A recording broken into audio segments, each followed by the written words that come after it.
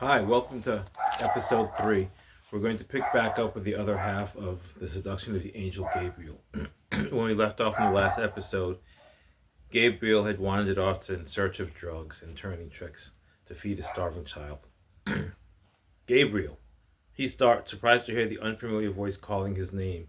He turns around and finds himself staring into Malcolm's crystal eyes. Come on, Malcolm says, walking back toward the car he has left idling in the middle of the street. Come on, he says again, get in. He leans across the cab and flips the switch. The passenger door slides skyward.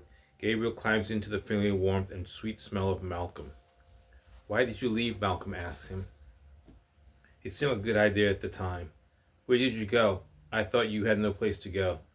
Gabriel looked straight ahead without answering. Once, when he was very young and hospitalized with scarlet fever, he had inexplicably and embarrassingly lost control of his bowels and shat in the tub while being soothingly bathed in some milky solution by a nurse whom he had loved. He feels that same shame and embarrassment now. I bought you cigarettes, Malcolm says, handing him an open pack. Their hands touch and Gabriel looks at him for the first time. You've been crying, Malcolm. Malcolm nods. The tears started anew. Why? I couldn't find you. I've driven all over this city looking for you.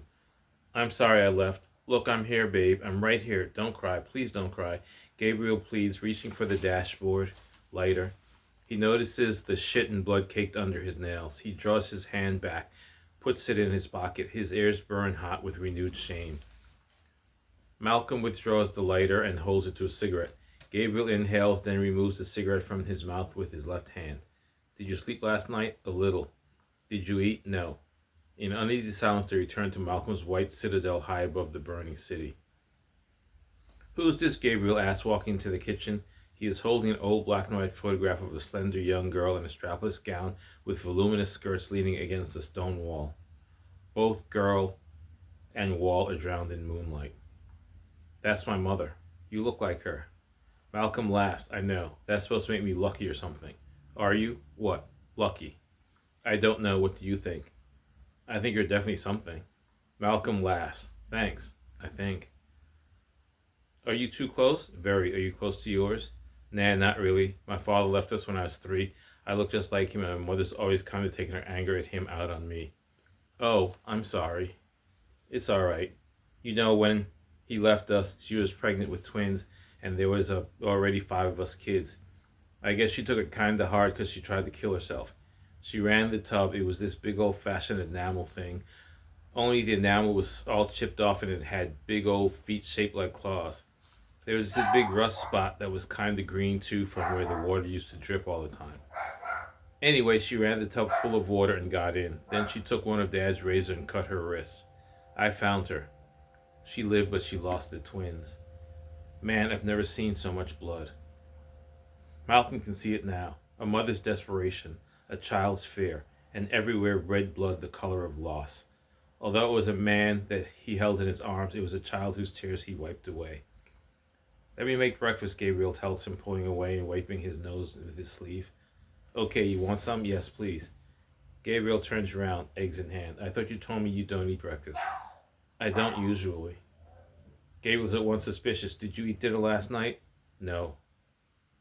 You know, as skinny as you are, you don't need to be missing any meals. I couldn't eat, Malcolm blurts, not knowing whether or not you are hungry somewhere. Gabriel looks at him for what seems like a long time. Then he hugs him with an odd desperation. What did I do to deserve you? He holds Malcolm close. Malcolm, I want to make love to you. Now it is Malcolm's turn to pull away. No, I won't be one of your tricks. You could never be a trick to me, Malcolm. Again they sleep through the white morning, awakening as the afternoon shadows crowd their room like rush-hour commuters.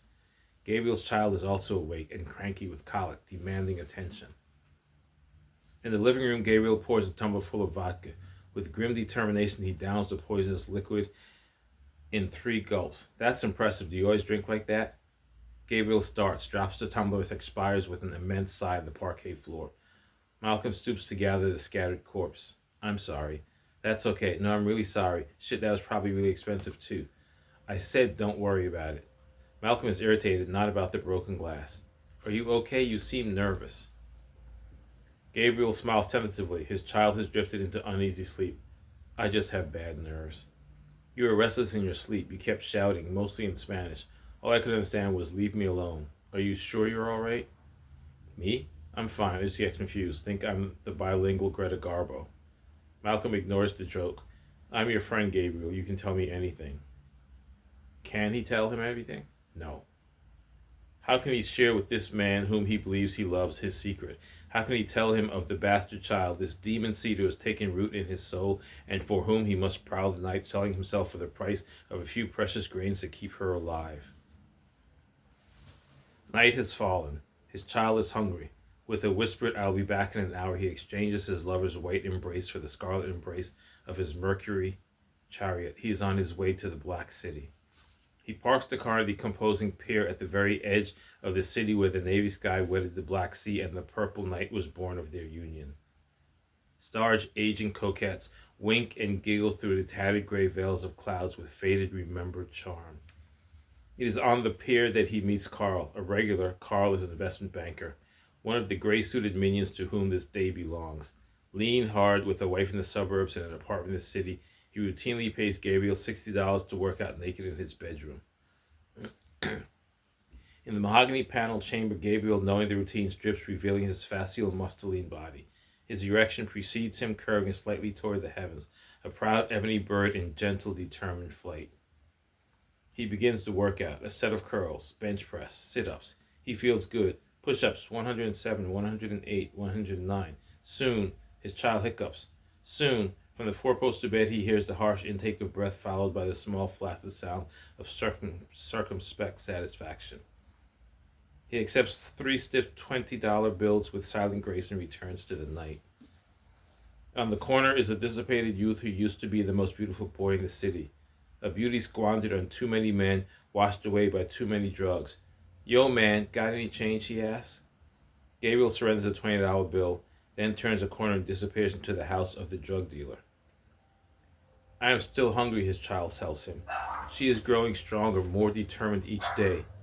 She is talking now, this demon seed, this she-devil. I am still hungry. Shut up.